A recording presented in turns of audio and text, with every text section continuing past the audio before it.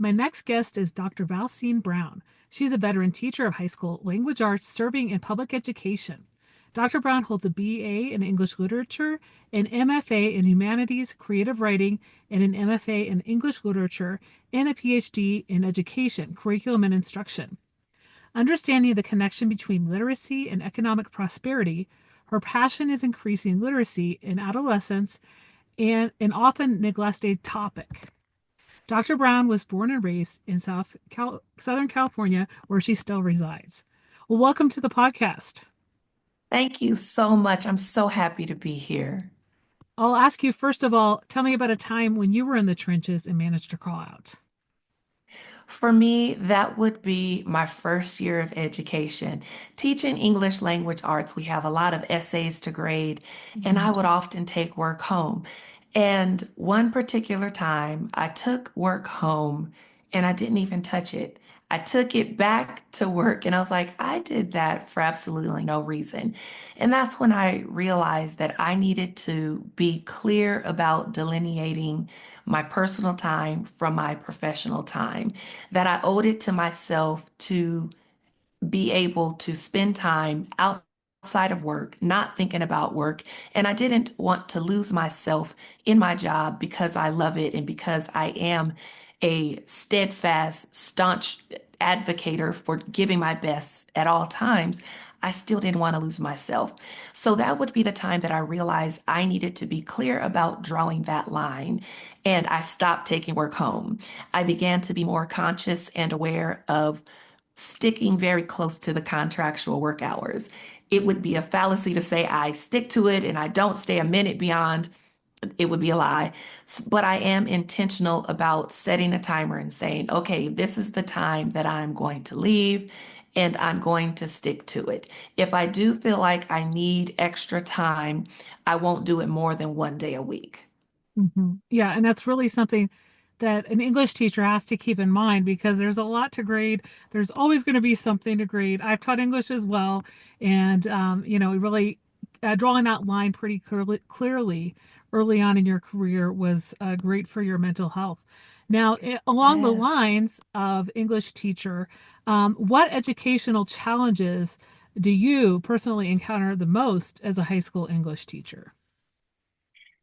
Mostly having students who read far below the reading level in order for us to be able to really grapple with the text that we're reading in class, and having students who are willing to do the reading outside of class. And that really puts or limits the depth that we can discuss literature.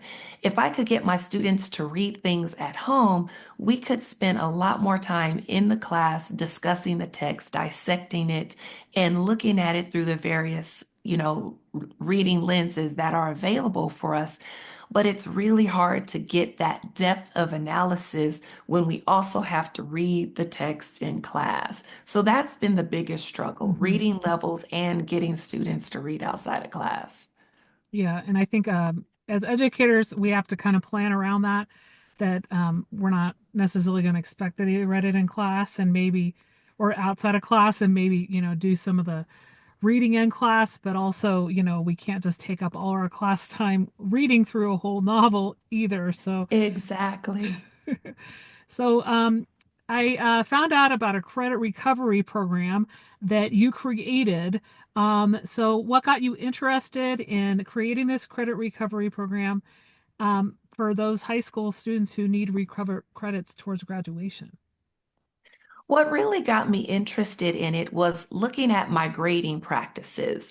We had started looking at a mastery-based system.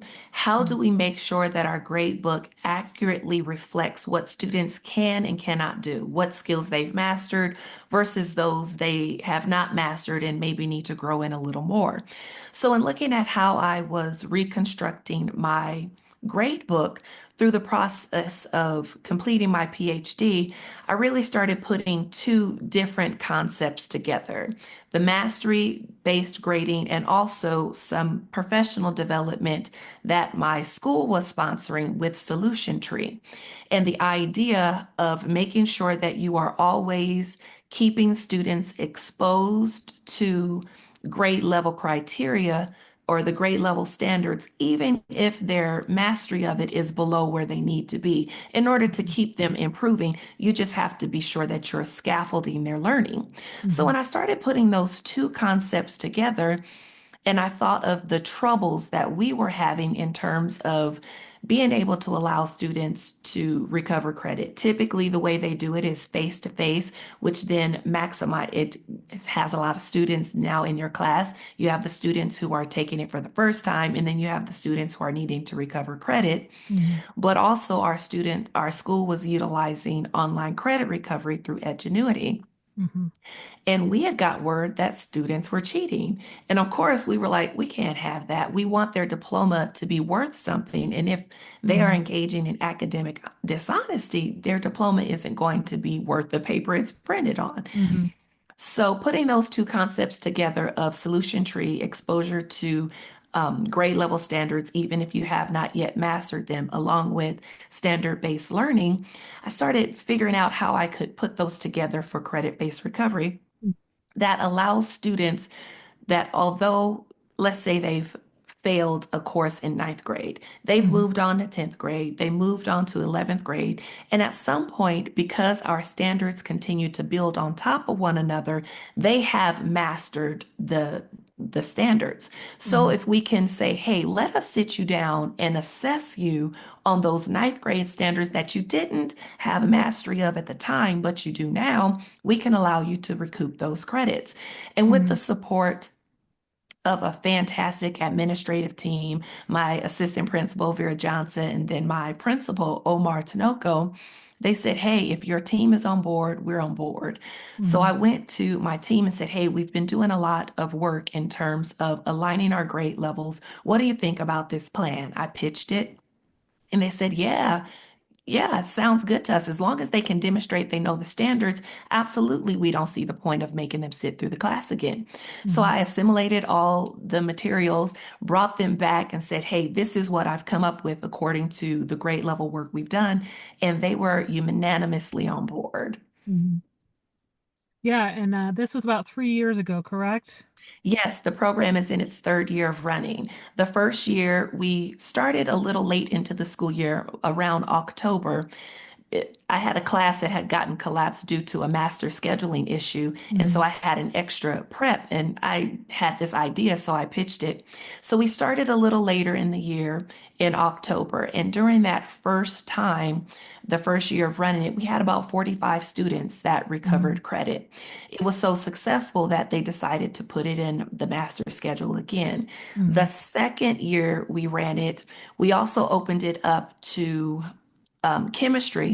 It Mm-hmm. wasn't as successful in chemistry because we found that students didn't have the knowledge. A lot of them were struggling in the math concepts that they needed to master chemistry. So it wasn't successful there.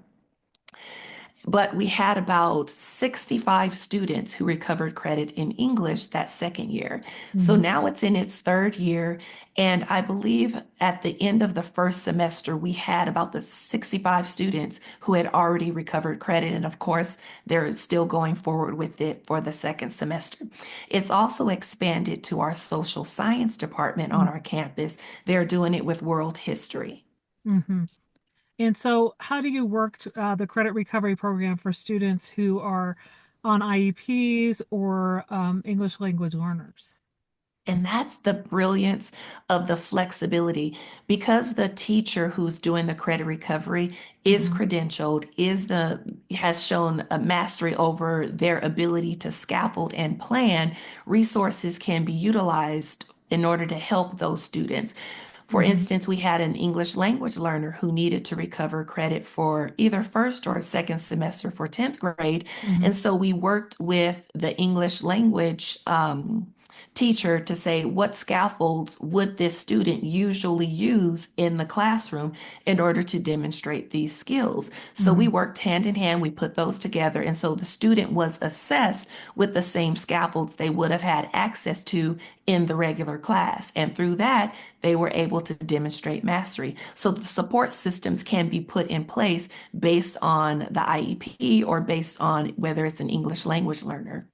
Mm-hmm. Mm-hmm.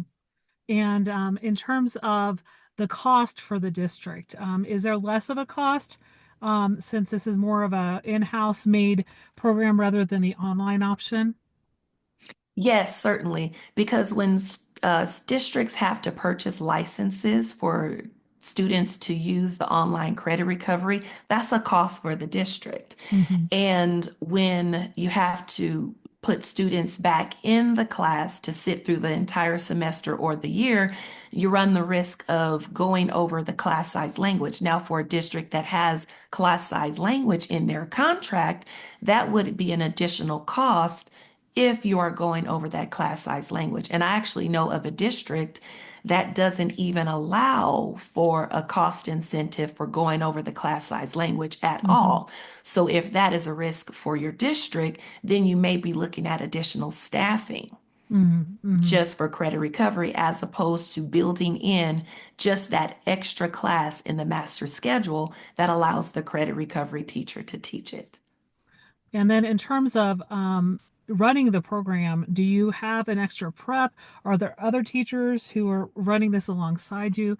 How is the staffing currently? The extra prep is given to the teacher who is doing the credit recovery program Mhm. within that discipline. So we Okay. have one teacher in our English language department who is doing that. So she has essentially on the schedule, it looks like two preps. She has Hmm. her regular prep that she uses to prep for her additional classes, and then she has the one class that is allotted for credit recovery. So we have a 2-1-2 schedule. So Monday, Tuesdays, Thursdays, and Fridays, our students have the regular 55-minute period. But Hmm. on Wednesdays, we have late start for the students, but the teachers come at the regular time. And so that's we can do our professional development, we do our PLCs and our department meetings or staff meetings. So that means that the students' class is cut down to about 45 minutes. Hmm. So the teacher who is calling students in for credit recovery will typically call them in Mondays and Tuesdays, Thursdays and Fridays. And Hmm. that Wednesday, when they're not calling in students, they're prepping their materials, pulling the articles they're going to use, any scaffolding materials that they're going to use. And Hmm. on the days of calling students in, they just send them a pass that tells them to report to their classroom for credit recovery. And we also make sure that we let attendants know that the student was not absent from their regular class. We get them marked school business that they were on campus doing another school activity so it doesn't impact the student's attendance. And that flexibility allows us to be able to work around whatever is going on in that student's class for the teacher of record. For instance, if a student comes in on Monday and they do their testing, before they leave that day, they're going to schedule their next time that they're coming back for credit recovery. So the credit recovery would ask, are you free to come back tomorrow? And they may say, oh no, my math teacher is giving me a math test tomorrow, so I can't come tomorrow. So Hmm. the credit recovery teacher would say, no problem, can you come on Thursday? So we Hmm. can be flexible so that the student while missing the class they're scheduled to be in, they're not missing any important work because we can be flexible around whatever's going on in their regular class for that period. Hmm. Yeah, so it sounds like it's well laid out in your building. And are you planning on expanding this district wide, and how would that look? I would love to extend it, not even district wide, but consider it across the nation. Hmm. I mean, there are districts, and now that we're looking at some potential financial loss for districts, we really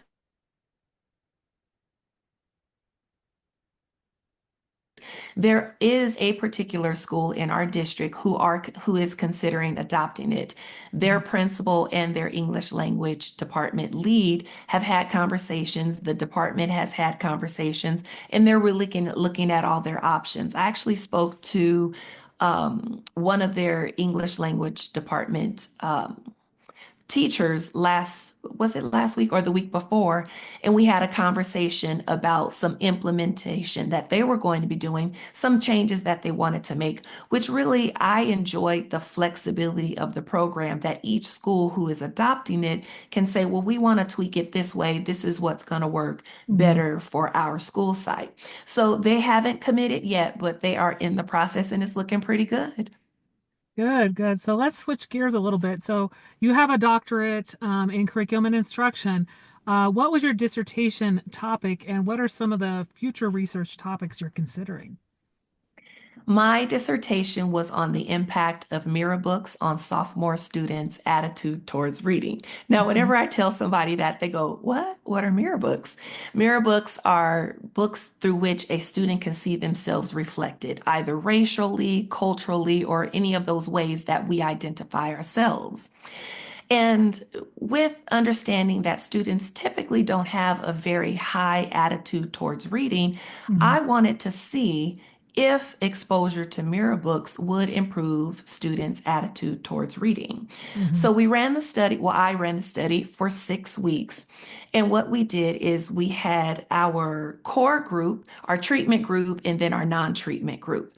So each of those groups was giving a survey of attitude towards reading. mhm, So the survey is broken down into four components. There's academic print, academic digital, recreational print, mhm, recreational digital. So you can even get a holistic look at students' attitude towards reading, and then you can look at those subcategories to see what are they liking more than other things. mhm, So then we did the study of 6 weeks where in the treatment group, those students, I had supplied them with books that I considered mirror books, right? Considering the demographics of my school, mhm, I chose topics that were high interest but mirror books.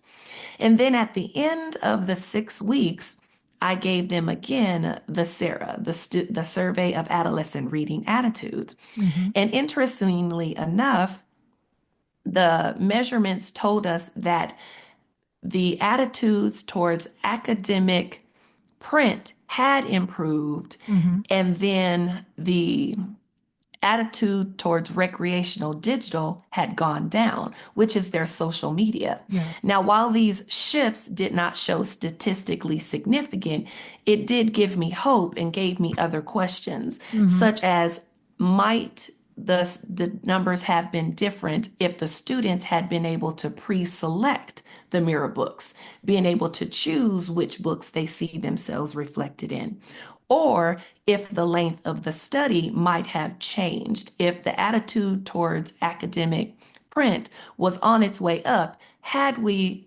continued the study a little longer, might it been a statistically significant change? mhm, mhm, So, with not feeling like I had a solid answer, I want to go back to look at attitude towards reading and any correlation it might have mhm, towards Lexile levels.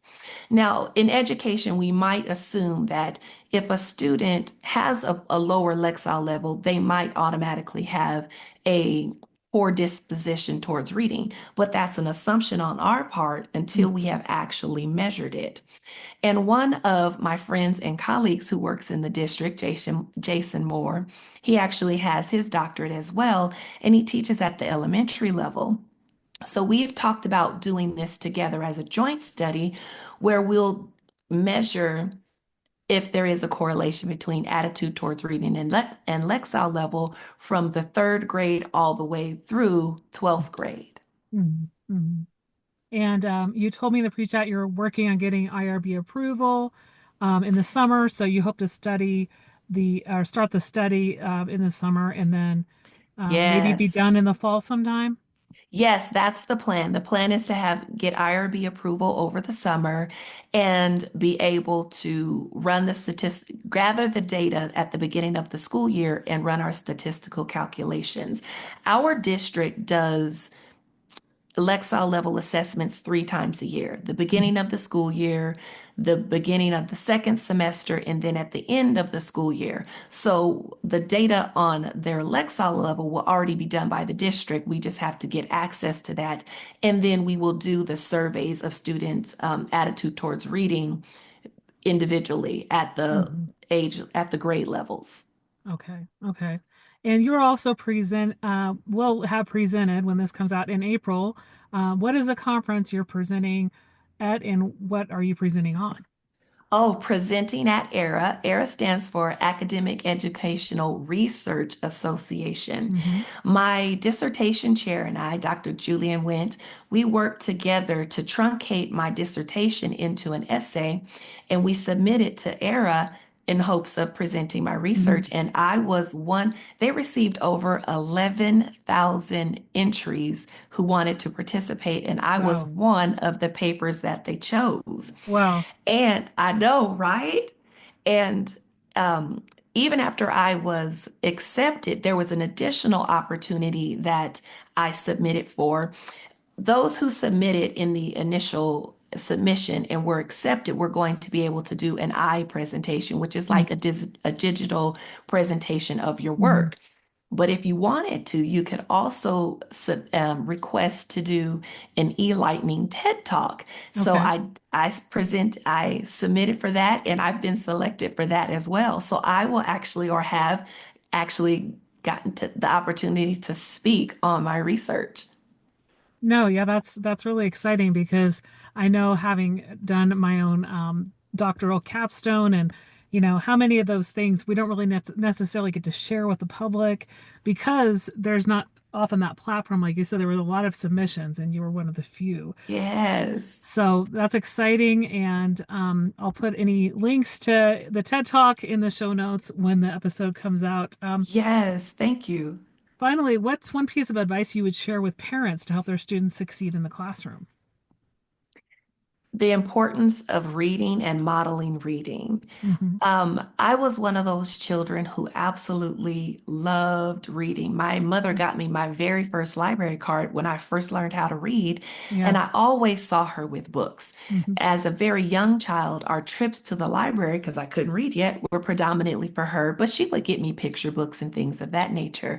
But when I started going to pre-K, and I started learning how to read, I started asking for books, and she Hmm. got me my very first library card. So the trips to the library weren't just for my mom anymore, they were for me. Hmm. And we would sit down and read together. We're on the couch, she's reading her book, I'm reading my book. And I've always just enjoyed the adventure of getting away and reading, which is one thing that perplexes me when children say they don't like reading. It's Hmm. boring. So if I had to offer one piece of advice to parents is model reading for your children. Sit down and read with your children.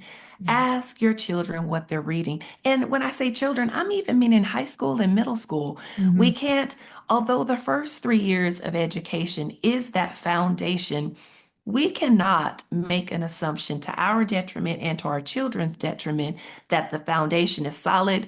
We don't need to do anymore. Let's keep checking back in with our students. Let's ask them about what they're reading, ask them about what's going on in class with English language arts, because it is the key and the foundation to unlocking so many avenues. Your success in your chemistry class, your success in your social science, you have to be able to read at the grade level in order to really grapple with the concepts that are happening across the disciplines. Hmm. Hmm. Yeah, that's really important to remember. Reading impacts all subject areas. It does. It does indeed.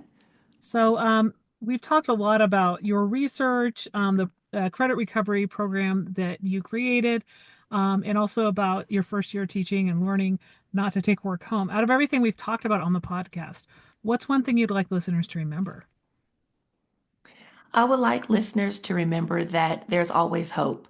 Yeah. Success or a lack of success the first time does not mean that we give up, throw in the towel. Mhm. We can look back and we can learn from what we've done, and that's how we establish grit. So it's not over. There's always a chance for a redo.